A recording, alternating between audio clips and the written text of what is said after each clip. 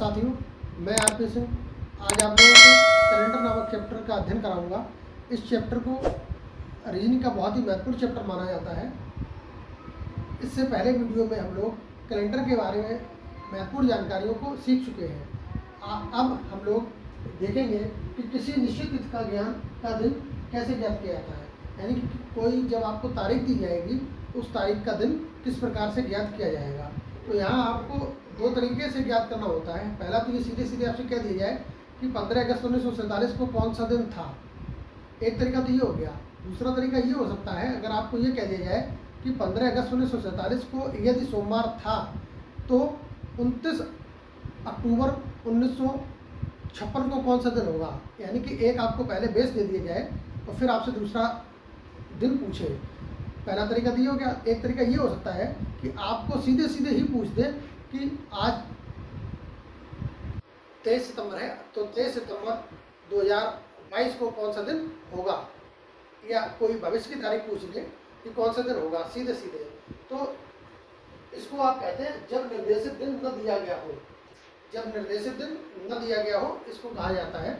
तो जब निर्देशित दिन न दिया गया हो तो आपको कुछ चीज़ें याद रखनी होगी। पहला आपको ये याद रखना पड़ेगा, ये तो खैर सभी में याद रखना पड़ेगा कि वर्ष का प्रारंभ 1 जनवरी को होता है। वर्ष का प्रारंभ 1 जनवरी को होगा और जो वर्ष है आपका, उस वर्ष की समाप्ति यानी कि अंतिम दिन 31 दिसंबर को मानेंगे। प्रारंभ 1 जनवरी और अंतिम दिन 31 दिसंबर होगा, पहली बात। दूसरी बात ये याद रखेंगे कि जब 1 जनवरी है, यानी कि जब प्रारंभ हुआ होगा सन का, जब इस कैलेंडर में पहला दिन आया होगा 1 जनवरी सन 1 ईस्वी आई होगी, तो उस 1 जनवरी को हम सोमवार का दिन माना करते हैं। 1 जनवरी सन 1 ईस्वी को 1 जनवरी सन 1 ईस्वी को सोमवार माना गया है। सोमवार मानेंगे। दो बातें होगी। पहली बात, वर्ष का प्रारंभ 1 जनवरी और अंतिम दिन 31 दिसंबर को होगा। प्रारंभ 1 जनवरी से और अंतिम दिन 31 दिसंबर को समाप्ति। दूसरी बात, 1 जनवरी सन 1 ईस्वी को जो आधार दिन है वो सोमवार माना गया। तीसरी बात जो कि महत्वपूर्ण है, हम यहाँ विषम दिनों की संकल्पना को आधार बनाकर इस प्रश्न को हल करेंगे। तो जो विषम दिन होंगे वो किस प्रकार करेंगे, तो आपको याद दिला दिया जाए, जब विषम दिन हमारा 0 बचेगा तो रविवार होता है। विषम दिन अगर 0 बचेगा तो रविवार होता है। अगर विषम दिन हमारा 1 बचे तो सोमवार होगा। अगर विषम दिन 2 बचे तो मंगलवार होगा। अगर विषम दिन 3 बचे तो बुधवार होगा। विषम दिन 4 बचे तो बृहस्पतिवार आ जाएगा, गुरुवार जिसको कहते हैं। 5 बचे तो शुक्रवार हो जाएगा। और अगर विषम दिन 6 बचते हैं तो शनिवार आ जाएगा। फिर से समझ लें, विषम दिन 0 होगा तो संडे होगा, 1 होगा Monday, 2 Tuesday, 3 Wednesday, 4 Thursday, 5 Friday और 6 सैटरडे। ये विषम दिन को ज्ञात करने के लिए आपको ये फिगर बताया गया है कि अगर हमारा विषम दिन 0 है तो रविवार होगा, 1 है तो सोमवार होगा। ये आप सर्किल याद रखेंगे। ये 3 महत्वपूर्ण तथ्य थे। इन 3 महत्वपूर्ण तथ्यों को आधार मानकर हम सवाल को हल करते हैं। फिर से एक बात याद दिला दूँ, विषम दिन की जो हमने बात की है वो विषम दिन क्या होते हैं। जो दिन आपको दिए गए हैं उन दिनों में हम 7 का भाग करेंगे। 7 का भाग करने के पश्चात जो शेष बचेगा वो आपके विषम दिन हुआ करते हैं। जैसे हम छोटा सा उदाहरण ले लेते हैं। अगर ये कहा जाए कि 11 दिनों में विषम दिन कितने होंगे, 11 दिनों में विषम दिन कितने होंगे, तो जब आप इस 11 में 7 का भाग करेंगे, 11 में 7 का जब भाग करेंगे तो 7 का भाग 11 में 7 है, 7 शेष बचेगा 4। तो जो 4 शेष बचे, ये जो शेष बचे हैं यही विषम दिन होते हैं। और जितने बार भाग गया, ये जो भागफल आया है ये पूर्ण सप्ताह हुआ करते हैं, यानी कि 11 दिनों में 1 सप्ताह और 4 दिन होंगे। तो जो 4 दिन है यही विषम दिन है। फिर से याद कर लीजिए, जब कोई भी महीना हमारा 30 दिन का होता है, कोई महीना जब 30 दिन का हो तो 30 दिन के 4 महीने होते हैं। जून, नवंबर, अप्रैल और सितंबर, ये 4 महीने 30 दिन के होते हैं। तो जब 30 दिन का महीना होगा तो विषम दिन कितने होंगे? तो 30 में अगर हम 7 का भाग कर दें, 7 चौको 28, शेष बचेगा 2। तो जो शेष बचता है वही विषम दिन होते हैं। तो 30 दिन के जितने भी महीने यानी कि 4 महीने 30 दिन के होते हैं उनमें विषम दिन 2 होंगे। जो महीने हमारे 31 दिन के हैं जैसे जनवरी, मार्च, मई, जुलाई, अगस्त, अक्टूबर, दिसंबर, 7 महीने जो होते हैं वो 31 दिन के होते हैं। उन 7 महीनों में अगर हम दिन पता करें विषम दिन कितने हो जाएंगे, तो 31 में हम 7 का भाग कर देंगे, 7 चौको 28, बचेगा यहाँ पर 3 विषम दिन होते हैं। 30 दिन का जो महीना होगा उसमें विषम दिन 2, 31 दिन का जो महीना होगा उसमें विषम दिन 3। फरवरी जब साधारण वर्ष में होगी यानी कि 28 दिन की होगी तो 7 चौको 28 भाग पूरा चला जाएगा 7 का 28 में, शेष 0 बचेगा यानी विषम दिन 0 आएगा। और जब लीप वर्ष होगा जिसको अधिवर्ष भी कहते हैं, उस कंडीशन में फरवरी हमारी 29 दिन की होती है और 29 दिन में जब हम 7 का भाग करेंगे तो शेष 1 बचेगा। जो शेष 1 बचेगा वही विषम दिन हो जाएगा। फिर से एक बार रिवाइज कर लेंगे। विषम दिन 28 दिन की फरवरी में 0, 29 दिन की फरवरी में 1। अगर महीना हमारा 30 दिन का है, जैसे आपका जो अप्रैल है, जून है, सितंबर है, नवंबर है, ये 30 दिन के 4 महीने होते हैं, जून, नवंबर, अप्रैल, सितंबर। इन 30 दिन के महीनों में विषम दिन 2 होंगे और 31 दिन के जो महीने होते हैं जैसे जनवरी आपका हो गया, मार्च हो गया, इनमें विषम दिन 3 होंगे। इसके बाद हम बात करते हैं शताब्दी वर्षों की, यानी कि 100 वर्ष, 200 वर्ष, 300 वर्ष और 400 वर्ष में विषम दिन क्या होंगे। ये पूरा डिटेल हम आपको पहले बता चुके हैं पहले पार्ट में, जो पहला वीडियो है कॉन्सेप्ट वाला उसमें। अब यहाँ फिर से हम एक बार याद कर लेते हैं, सिर्फ रिवीजन सा करेंगे। जब 100 दिन की बात करेंगे, 100 वर्षों की बात करेंगे, 100 वर्ष में विषम दिन हमारे होते हैं 5, 200 वर्षों में विषम दिन 3, 300 वर्षों में विषम दिन 1 और 400 वर्षों में विषम दिन 0 होते हैं। 5, 3, 1, 0। ये एक सीरियल से बना लेंगे, 5, 3, 1, 0। 53 10 याद रखेंगे। ये 53 10 का मतलब 5 जो आया वो किसके लिए आएगा? 100 सालों में विषम दिन के लिए, 100 वर्षों में। 3 आया 200 वर्षों में विषम दिन के लिए, 1 आया है 300 वर्षों में विषम दिन के लिए और 0 आया 400 वर्षों में विषम दिन के लिए। ये इतना कॉन्सेप्ट आपको याद रखना पड़ेगा। उसके बाद क्या करते हैं, यहाँ आपको जो सन दिया जाएगा, जैसे 1800 सन दे दिया, 1900 दे दिया, 1500 दे दिया या 1700 दे दिया, कोई भी आपको जो वर्ष पूर्ण वर्ष दिया जाएगा उस सन को हम डिवाइड करके लिखते हैं विषम दिन ज्ञात करने के लिए। डिवाइड कैसे करेंगे वो एक पूरा प्रश्न ही देख लेते हैं। इस प्रश्न को कैसे हल किया जाएगा, ये सारा कॉन्सेप्ट आपको दिमाग में रखना पड़ेगा। आपके सामने एक प्रश्न दिया गया है, यहाँ पर प्रश्न है 26 जनवरी 1989 को सप्ताह का दिन क्या था। आपको 4 ऑप्शन भी दिए गए हैं, ए मंगलवार, बी बृहस्पतिवार, सी रविवार और डी सोमवार। आपको ये ज्ञात करना है 26 जनवरी 1989 को सप्ताह का कौन सा दिन था। ये अब अनिर्देशित, मतलब कहना चाहिए निर्देशित दिन इसमें नहीं दिया गया है, कोई भी बेस हमको नहीं दिया गया है। तो यहाँ हम ये मानकर चलेंगे कि 1 जनवरी सन 1 को सोमवार रहा होगा उस बेस में।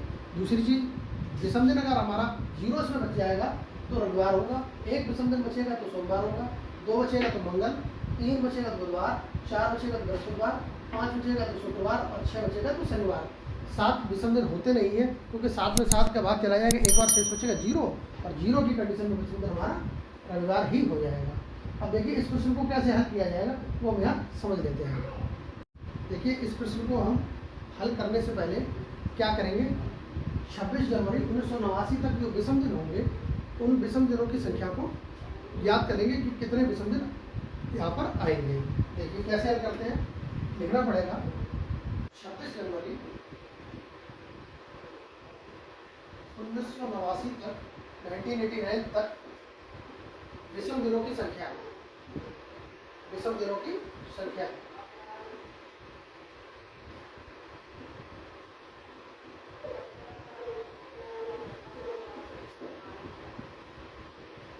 कैसे ज्ञात करेंगे, देखिए पहले ये जो वर्ष दिया जाएगा उस वर्ष को किस प्रकार विभाजित करते हैं वो समझ लीजिए।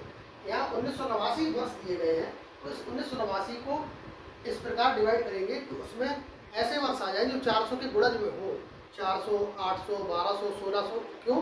क्योंकि 400 में विषम दिनों की संख्या 0 होती है, 5310 भी आपको एक बताया था। तो 400 के जो गुणज होंगे उसमें विषम दिन 0 होते हैं, उनको थोड़ी सुविधा हो जाएगी, इसलिए इस 1989 को इस प्रकार लिख लेंगे 1600 वर्ष प्लस 1600 और 300 900 होता है 300 वर्ष, 1600 और 300 लिख दिया, 1600 और 300 1900 हो गए। फिर ये बचे आपका 89 वर्ष, ये आपके पूरे 1989 हो गए, जोड़ के देखेंगे 1600 और 300 1900 हो गए, 1900 और प्लस 89 1989 हो गया। अब महीना देखिए जनवरी है, अभी पूरा महीना नहीं है, कोई भी महीना पूरा कब होता है जब उस महीने का अंतिम दिन दिया हो। जनवरी में 31 दिन होते हैं, यहाँ 31 दिन लिखा होता तो महीना पूरा हो जाता एक, अभी महीना पूरा नहीं है, माह 0 है यहाँ पर, और दिन है आपके 26 दिन, तो ये 26 जनवरी है, 26 दिन ये आपके हो गए। अब इन सभी में विषम दिन आपको ज्ञात करने पड़ेंगे, विषम दिन। देखिए इनमें विषम दिन कैसे ज्ञात करेंगे वो आपको सीखना है, बहुत सरल सा तरीका है, आपको बताते हैं। 1600 वर्षों में विषम दिन हो जाएंगे 0, क्यों? क्योंकि 400 और 400 के गुणज में विषम दिन 0 होते हैं, इसको आप याद रखिएगा। 300 वर्षों में अभी आपको बताया था 5 3 1 और 0, इसको आप क्रम को याद कर लीजिए। 5 यानी 5 किसके लिए था? 100 वर्षों में विषम दिन के लिए, 3 200 वर्षों में विषम दिन के लिए, 1 300 वर्षों में विषम दिन के लिए, और 0 400 वर्षों में विषम दिन के लिए। तो आप जानते हैं 300 के लिए क्या आ जाएगा? 1 आ जाएगा, तो इसको हटा देंगे। 300 वर्षों में विषम दिन कितने आ जाएंगे? 1। अब ये जो 89 लिखा है, 89 वर्ष लिखा है, इसमें अब देखिए यहाँ 89 लिखा है, लेकिन ये जो 89 वर्ष है वो पूरा नहीं हुआ, यहाँ 88 लिखना पड़ेगा। क्यों? क्योंकि 89 वर्ष पूरे कब होते हैं? जब 31 दिसंबर दिया जाता तब वो वर्ष पूरा होता है। ये वर्ष अभी पूरा नहीं है, 26 जनवरी 1989 लिखा है, इसका मतलब ये हुआ कि 1988 वर्ष पूरे हो चुके हैं 1988 तक, और जो 89वां वर्ष है वो प्रारंभ है, चल रहा है, उसमें पहले महीने की 26 तारीख है। तो वर्ष आपके पूरे कितने हुए? 88 वर्ष पूरे हो चुके हैं, तो 88 वर्ष में लिख लेंगे। दूसरी चीज़, इन 88 वर्षों में कुछ लीप वर्ष भी होंगे, क्योंकि जिन वर्षों में 4 का भाग चला जाएगा वो लीप वर्ष होंगे, और जिसमें 4 का भाग नहीं आएगा वो आपके साधारण वर्ष होंगे। तो 4 का भाग जब आप 88 में देंगे तो 22 को 88 होता है, यानी कि 22 वर्ष पूरे पूरे लीप वर्ष होंगे, और बचे हुए शेष 66 वर्ष वो आपके साधारण वर्ष हो जाएंगे। तो उसको 2 भागों में ले लेंगे। ऐसे इन 88 वर्षों कैसे लिया जाएगा 2 भागों में? जो 22 है वो लीप वर्ष है, ये क्या है? लीप वर्ष, और प्लस जो 66 बचे वो साधारण वर्ष हो गए आपके।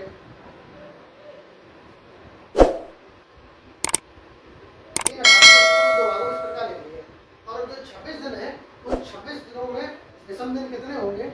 उन 26 दिनों में विषम दिन ज्ञात करने के लिए हम 7 का भाग कर लेते हैं। विषम दिनों की संख्या ज्ञात करने के लिए 7 का भाग जब 26 में दिया जाएगा तो 7 या 21, 3 बार पूरा चला जाएगा, 5 दिन शेष बचेंगे, तो जो 5 दिन या शेष बचेंगे वो यहाँ लिख लेते हैं। अब यहाँ विषम दिन और पता कर लेंगे कि कितने विषम दिन आए होंगे। तो देखिए 1600 वर्षों में 0 विषम दिन हुआ, प्लस 300 वर्षों में 1 हो गया, प्लस 22 वर्षों में, अब एक लीप वर्ष में 2 विषम दिन होते हैं, तो 22 वर्षों में 22 का 2 गुणा कर देंगे 44 वर्ष, तो यहाँ 22 गुणा 2 कर देंगे, 22 गुणा 2, और प्लस अब ये 66 है, 66 लिख लेंगे।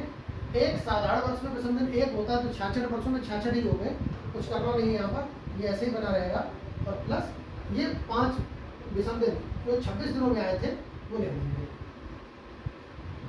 इसको हल कर लीजिए, ये 0 + 1 1 ही हो गया यहाँ तक पूरा, ये 1 लिख लेंगे, प्लस 22 दूनी 44 हो गया, 44 और 66 यहाँ जोड़ लेंगे, 44 और प्लस 66 और प्लस ये 5। इन सभी दिनों को आप जोड़ लेंगे कि हमारे टोटल कितने विषम दिन हुए, जोड़ लेंगे 5 6 11 और 4, 11 4 15 और 1 16, 6 हासिल 1 हो गया, यहाँ कुछ है नहीं, यहाँ कुछ है नहीं, 6 और 4 10, 1 हासिल 11, 116 दिन आ गए विषम, ये विषम दिन आ गए। अब क्या करते हैं, इन विषम दिनों की संख्या 6 से अधिक नहीं होती, तो यहाँ 7 का भाग कर लेंगे। 7 का भाग यहाँ अलग से कर लीजिए, 7 का भाग जब 116 में दिया जाएगा, 7 एकम 7, 11 7 का 4 बचेगा, 6 का उतारा ले लेंगे, 7 पना 35, 7 6 42, 6 से 2 का 4 बचेगा। तो यहाँ 116 में कुल विषम दिन कितने हो गए? 4 विषम दिन, 4 विषम दिन। अब जो 4 विषम दिन बचे हैं तो ये 4 विषम दिन पर दिन कौन सा होगा? अभी आपको बताया गया था शेष जब 0 हो तो रविवार होता है, शेष 1 हो तो सोमवार, शेष 2 हो तो मंगलवार, शेष 3 हो तो बुधवार और शेष जब 4 होता है तो बृहस्पतिवार या गुरुवार का दिन होता है, थर्सडे होता है। तो शेष 4 बचा हुआ है यहाँ पर, तो 4 के लिए यहाँ दिन क्या आ जाएगा? बृहस्पतिवार आ जाएगा, दिन आपका हो जाएगा बृहस्पतिवार।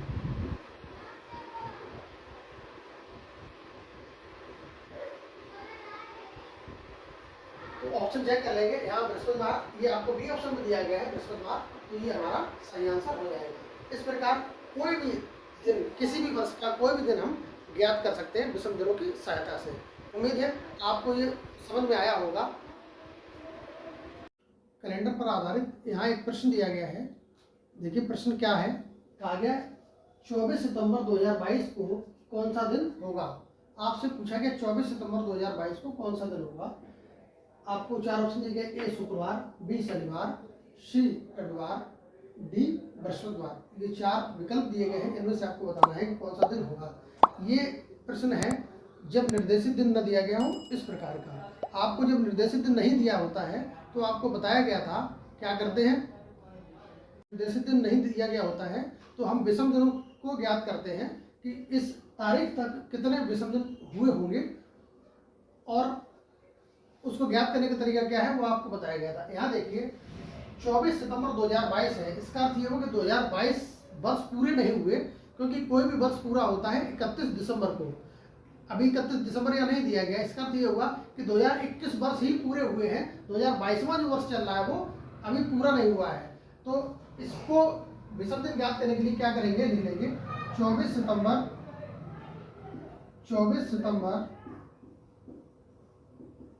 2022 तक विषम दिन।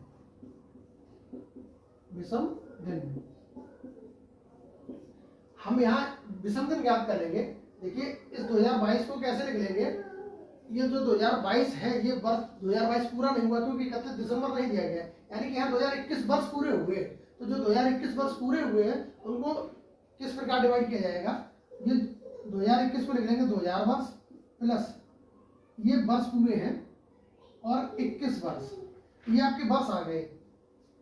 बात समझ में आ रही होगी। 31 दिसंबर अगर यहाँ लिखा होता तो ये 2022 पूरा साल हो जाता, अब ये पूरा नहीं हुआ, अभी ये चल रहा है, तो ये 2021 वर्ष पूरे हो चुके हैं। प्लस अब महीने कितने पूरे हो गए, यहाँ मान लीजिए सितंबर जो है वो 9वां महीना होता है, वो भी पूरा नहीं हुआ है क्योंकि महीना पूरा सितंबर होता है 30 को, और 30 अभी दी नहीं गई है, तो यहाँ महीने पूरे हुए। ये वर्ष है, यहाँ वर्ष लिख लेते हैं, वर्ष, ये भी वर्ष है। 8 माह पूरे हो गए हैं, 8 माह। वो माह कौन से होंगे, जनवरी, फरवरी, मार्च, अप्रैल, मई, जून, जुलाई और अगस्त, ये 8 माह पूरे हो चुके हैं। उसके बाद दिन देखिएगा, यहाँ सितंबर महीने के 24 तारीख है, तो यानी कि 24 दिन पूरे हो चुके हैं, दिन हो गए 24। इतना आप देख लेंगे, इतने में कोई दिक्कत नहीं होगी। एक बार फिर कंफ्यूजन दूर कर देता हूँ, क्लियर कर देता हूँ। क्या करते हैं, अगर यहाँ 31 दिसंबर होता तो ये 2022 वर्ष पूरे हो चुके होते, जो कि नहीं दिया गया है। तो सितंबर दिया है यानी कि 2022 अभी गतिमान है, चल रहा है, तो वर्ष पूरे कितने हुए, इससे कम, यानी कि 2021 साल पूरे हो चुके हैं।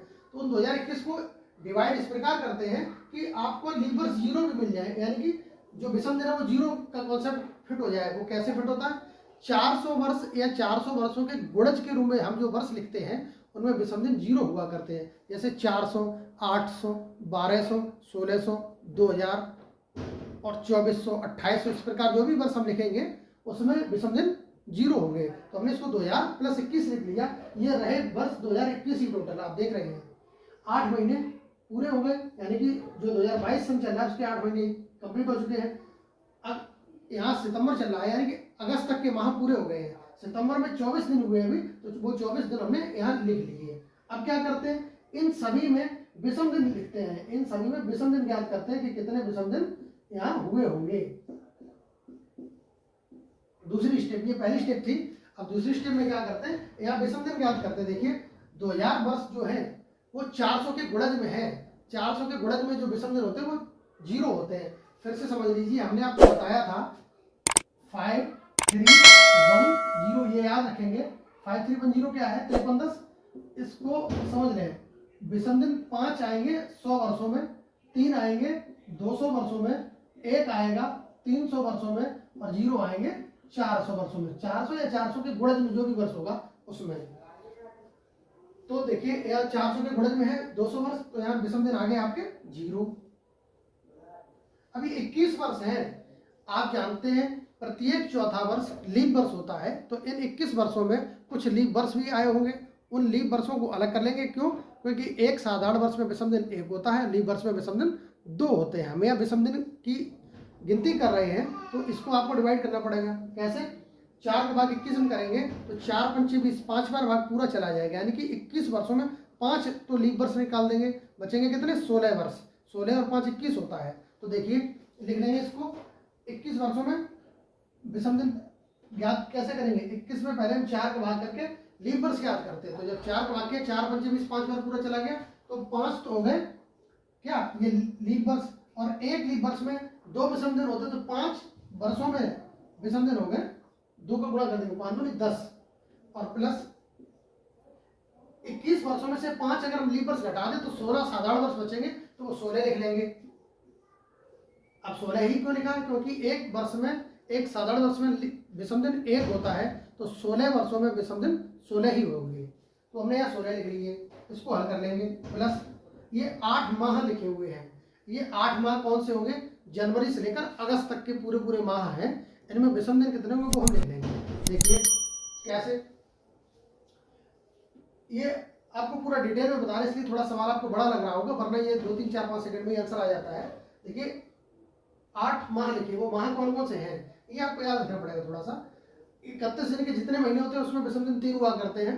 30 दिन के महीने में विषम दिन 2 होंगे।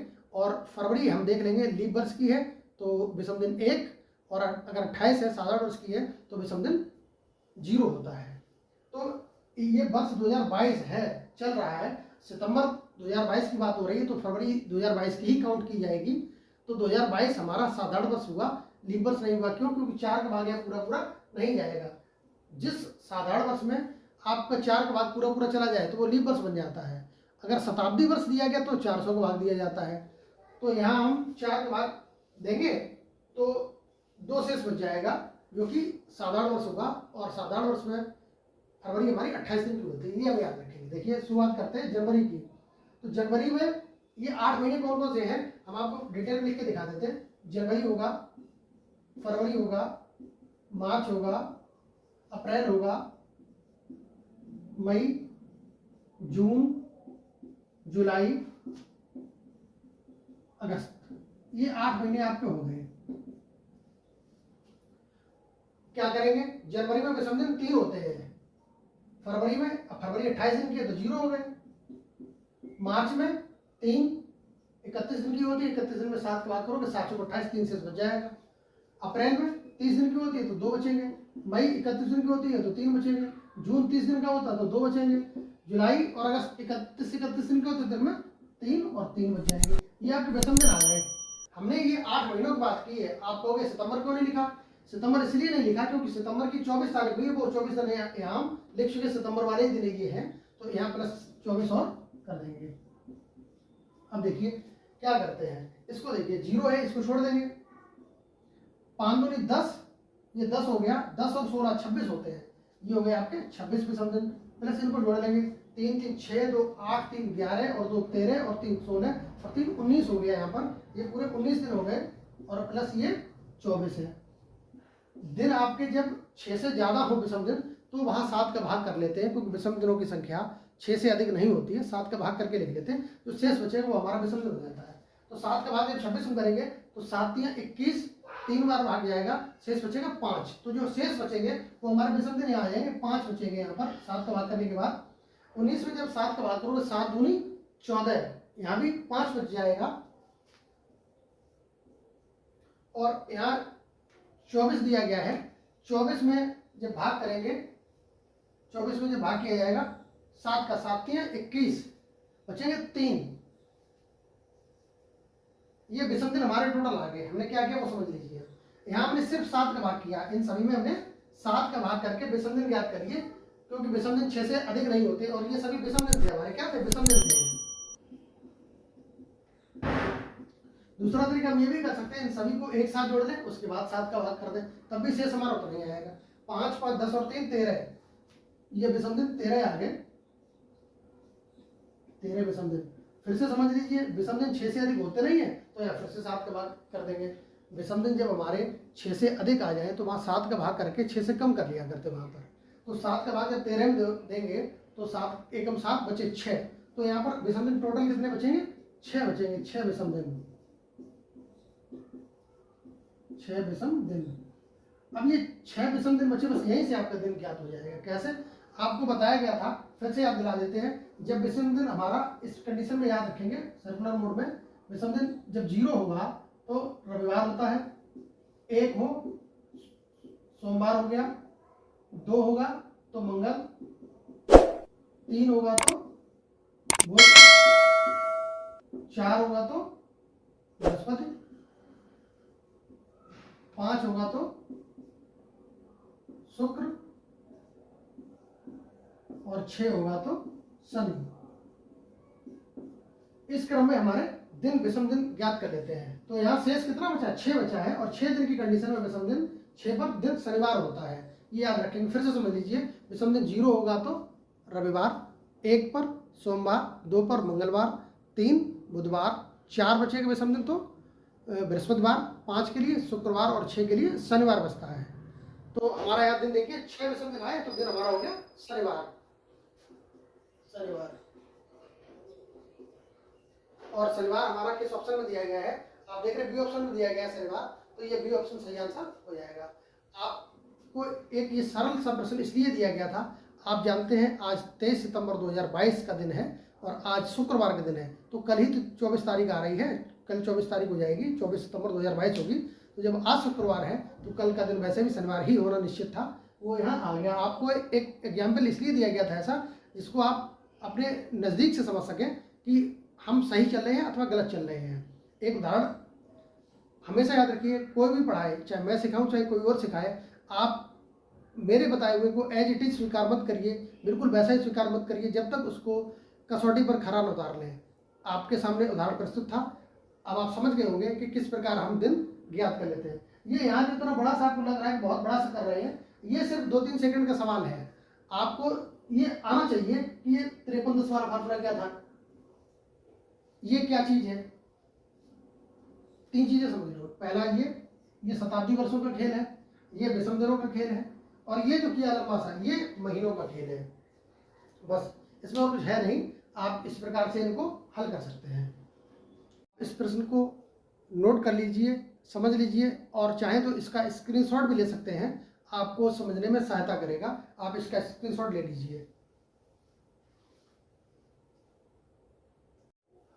पुनः आपका स्वागत है नए प्रश्न के साथ। यहाँ हम लोग किसी निश्चित तिथि का दिन ज्ञात करना सीख रहे हैं।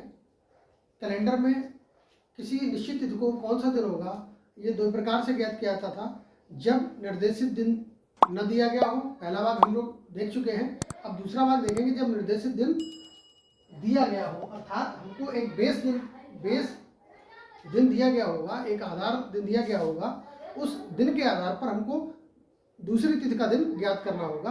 किस प्रकार इसके प्रश्नों को हल करते हैं, आइए एक प्रश्न के माध्यम से हम लोग इसको समझते हैं।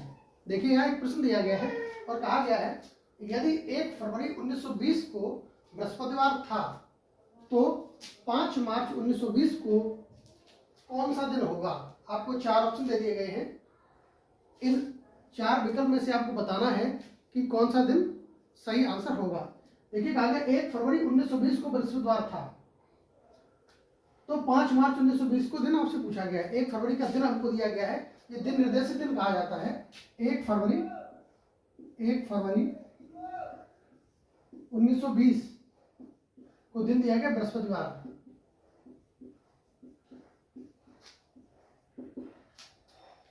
अब देखिए 5 मार्च को आपसे पूछा गया है, 5 मार्च 1920 को, उसी वर्ष 5 मार्च को कौन सा दिन होगा, ये आपसे पूछा गया है।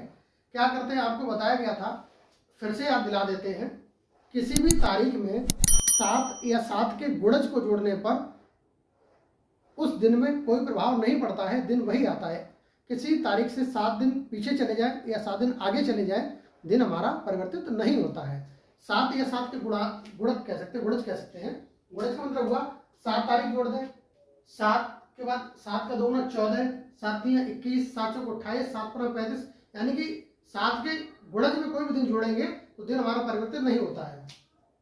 देखिए फरवरी 1920 की है, 1920 जो है वो लीप ईयर रहा होगा, क्योंकि यहाँ पर 4 के बाद पूरा पूरा जा रहा है। हमें ये भी देखना पड़ेगा फरवरी हमारी 28 दिन की है या 29 दिन की है। यहाँ फरवरी 1920 लिखा है, इसका अर्थ हुआ फरवरी लीप वर्ष की है, 29 दिन की फरवरी होगी। तो यहाँ हम 29 फरवरी के दिन पता कर रहे थे किस प्रकार। यहाँ हम अगर 7 के गुणज को देखें तो 7 चौक 28 होता है। 28 अगर यहाँ जोड़ के देखें तो 28 अगर जब हम यहाँ जोड़ेंगे तो 28 और 1 जोड़ेंगे कितना हो जाएगा, 29 आ जाएगा। 29 फरवरी का दिन हमको मिल गया।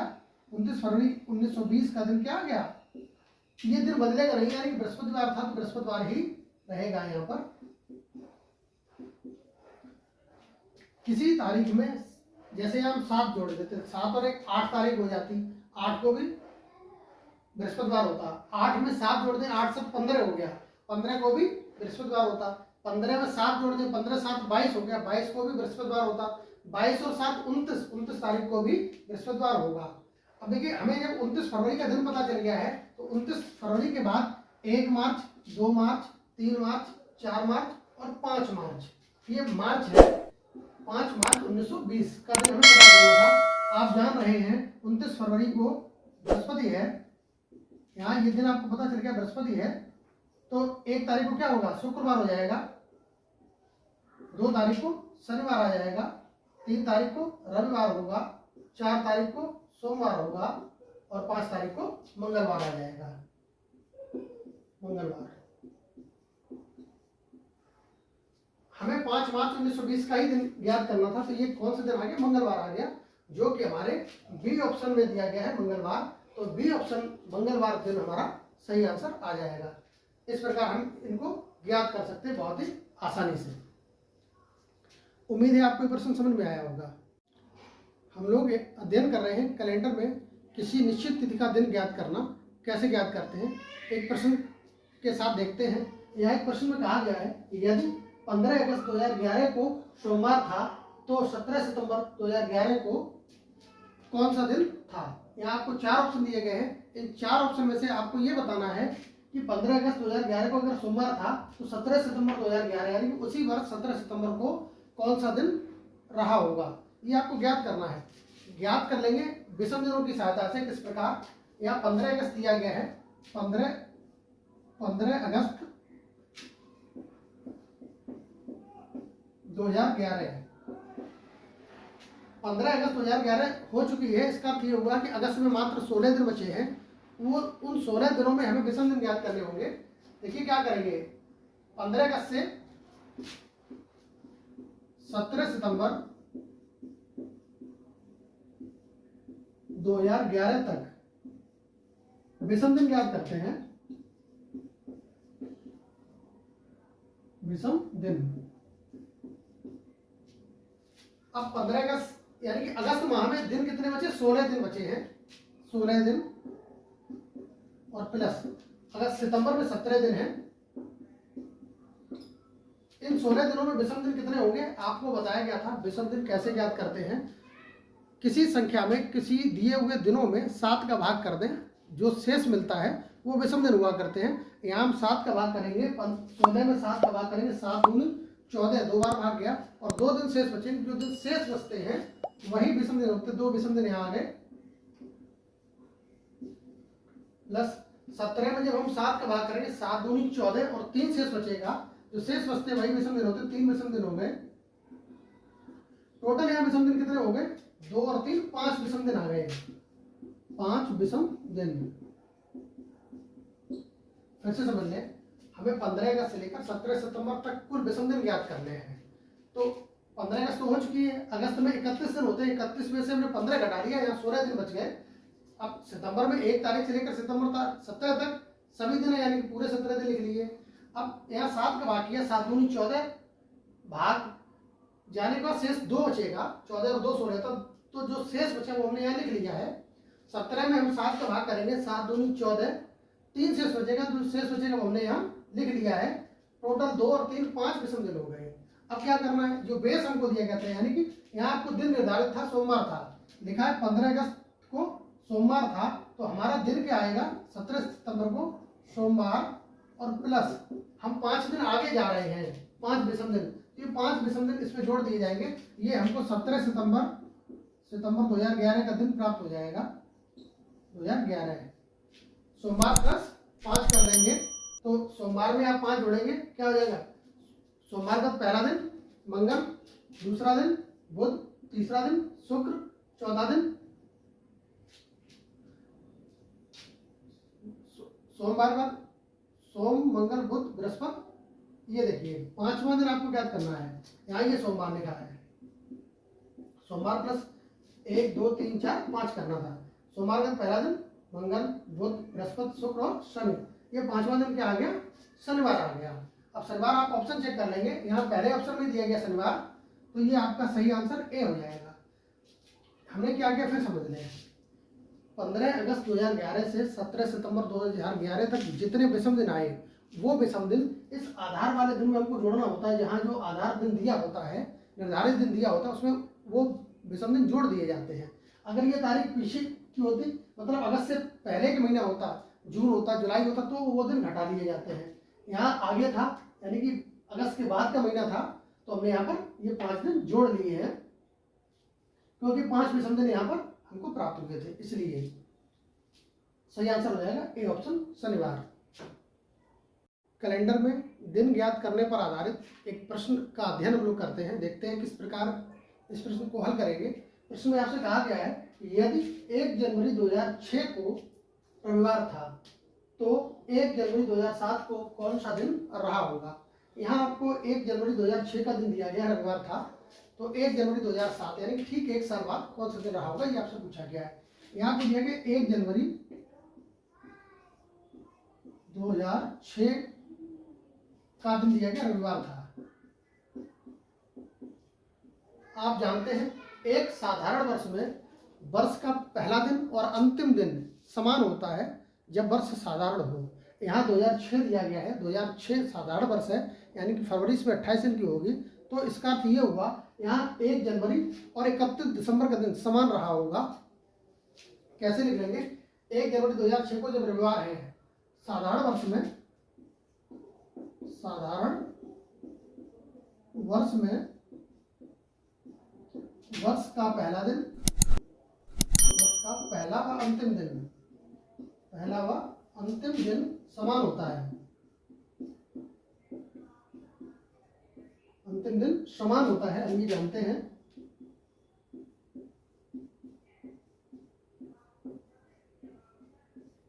किसी साधारण वर्ष में वर्ष का पहला व अंतिम दिन समान होता है, अर्थात ये 1 जनवरी 2006 को जब रविवार है, तो 31 दिसंबर 2006 को भी रविवार रहा होगा। जब 31 दिसंबर 2006 को रविवार है, तो 31 दिसंबर के बाद अगली तारीख क्या आ जाएगी, 1 जनवरी 2007 आ जाएगी। तो अगला दिन क्या आ जाएगा, रविवार के बाद आता है सोमवार।